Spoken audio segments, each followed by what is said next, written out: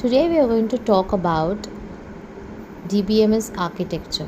Okay, let us understand first of all what is an architecture. While planning any structure, the architects design and develop the organization, and basically they make a layout of the individual components which are used to build the whole structure, right, and the relationships. So this determines the structural integrity and durability of the entire complex. That means we can also say that our architecture will define the structure's performance. If the architecture is good, then the structure would be good. So same applies with the DBMS as well. The DBMS architecture will affect the performance of the database, as it will help to design, develop, implement and maintain the database management system. The database management system depends on its architecture, okay, for its representation purpose. So I hope you have understood that why do we require an architecture. Remember, an architecture affects the performance of the database. It will help to design, develop, implement and maintain the DBMS. Now, the DBMS architecture is divided into 3 levels, right? For proper functioning, it is divided into 3 levels. And let's understand what are the 3 levels. So basically, a DBMS is not always accessible by the user, and we can maintain this with the help of various architecture. How do you want the user to connect to the database? The DBMS architecture is classified on how many layers are present in the DBMS. There could be n-tier architecture. N-tier architecture will be having many layers. 1-tier architecture contains a single layer. 2-tier architecture contains 2 layers. 3-tier architecture contains 3 layers. When the layers are increased, so security also increases. So if you want security, then the layers should be increased. Now all these layers are independent. If I make some changes in any of the layers, is not gonna affect the other layer in the architecture. Now let us understand one by one the 1-tier, 2-tier and the 3-tier architecture. In the 1-tier architecture, as you can see in this picture, the user is directly communicating with the computer or to the DBMS. That means a user can directly sit on the DBMS and he or she can use it.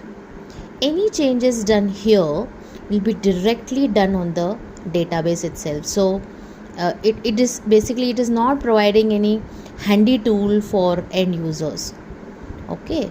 And this generally is used if you speak about the application part, or example, if you consider local development or local application development, it is used for example, we set up our SQL server on our own system and we are making the database on our own, making queries, etc. That can be a nice example of a 1-tier architecture. When is this architecture used? When we don't want to change the data frequently. If there are no multiple users, then also we can use a single tier or 1-tier architecture. And we need a direct way to access the database. In such scenarios only, we should use a 1-tier architecture. Now let's understand about the next layer, or you can say the next architecture, that is the 2-tier architecture. The 2-tier architecture is the same, it also has a client and a server. As you can see, the applications on the client can directly communicate with the database on the server side. for which you will require a API like open database connectivity drivers, and there is a user interface. There is a user interface on the client side, okay, and application programs on the client side, and the server side. This server side is responsible for providing all the functionality, for example query process or transaction management. So a client establishes a connection with the server with the help of a API. So if you can see here, a API call is being given. A application presentation interface will be the communication link from the client to the server side. Now the advantage, if you speak about an advantage of a 2-tier architecture, multiple users can use this at the same time. So you can see client 1, client 2, client 3. Hence we can use it in an organization if you wish to. It can process and function very fast.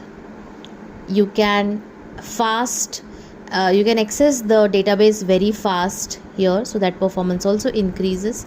And because it has 2 independent layers, it is very very easy for maintenance as well. Now let us talk about the example.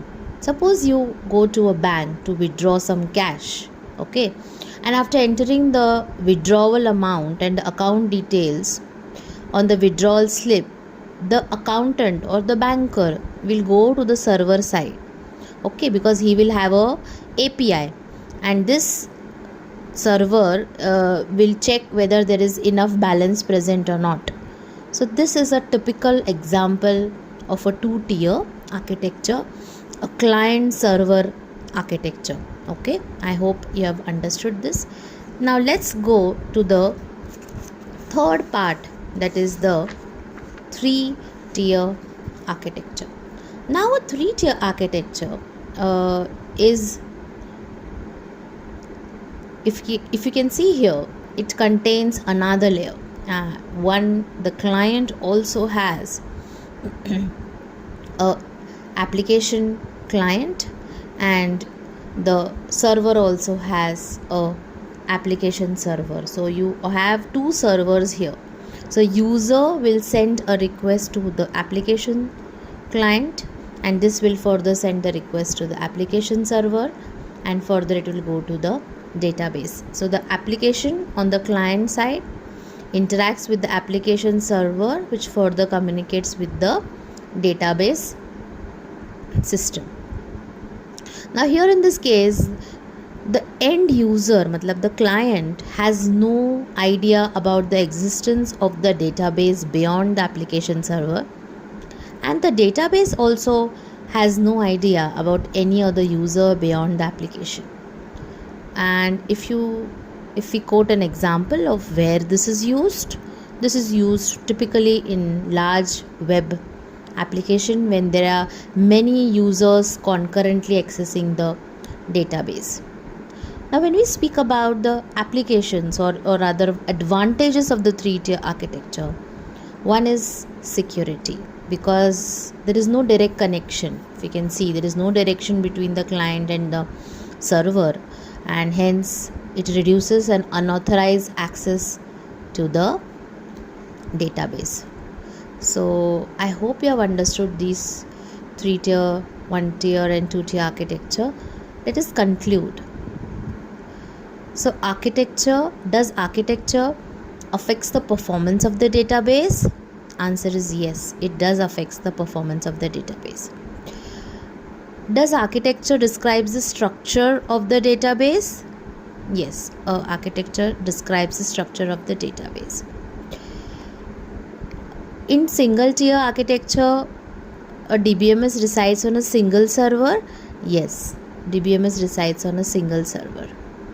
In 2-tier architecture, is there any client server approach? Answer is yes, in 2-tier architecture there is a client server approach. In 3-tier architecture, we have 2 layers, a application layer and an intermediate layer? Yes, this is also true, and it is most widely used architecture. So guys, I hope you have understood completely about the architecture and its type